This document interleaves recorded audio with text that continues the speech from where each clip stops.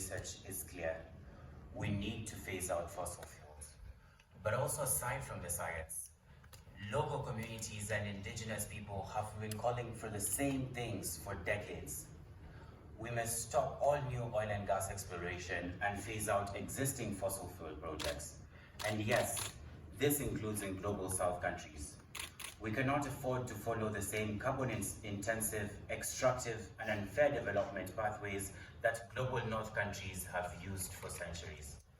African countries can indeed develop sustainably, but we need to increase financial flows to global south countries to support this development. Phasing out fossil fuels is not just about the reduction of carbon emissions. It's also about energy affordability. Fossil fuel companies have been making windfall profits amidst an energy crisis. It's also about land rights. Fossil fuel companies are drilling oil on indigenous people's lands, causing oil spills like in the Niger Delta. The Conference of Parties and the UNFCCC mechanism has failed to get us to where we need to achieve the 1.5 goal. Both the participation of the fossil fuel industry and the huge focus on false solutions like carbon markets and geoengineering in these conferences brings into question the legitimacy of the UNFCCC mechanism in tackling the climate crisis. Member states must support a conflict of interest policy and increase transparency in these processes. The excuse given around having the fossil fuel industry in these spaces is that we need all stakeholders, including the fossil fuel industry, to solve the crisis.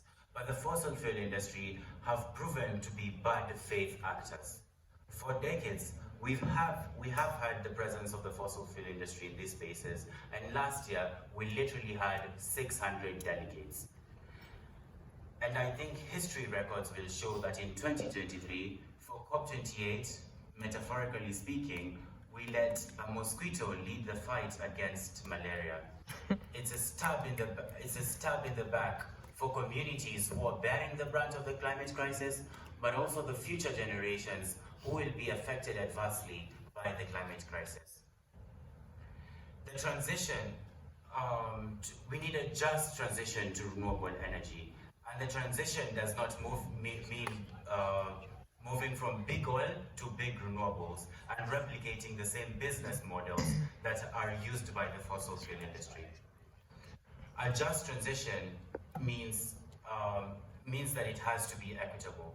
A lot of the minerals that are necessary to power the transition to renewable energy are mined in global south countries. The mining of these minerals are marred with human rights abuses like exploitation and child labor.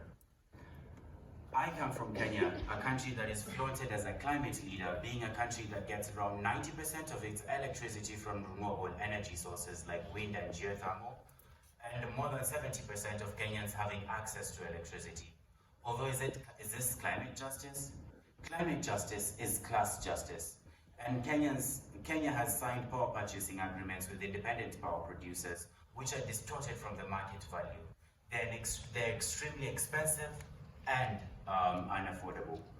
At the same time, climate justice is land justice, and a lot of these renewable energy projects have been constructed on indigenous people's lands, where there has been no free and informed consent, and we do not need to. We're not moving from just replicating the same energy models. We need sustainable, community-led renewable energy.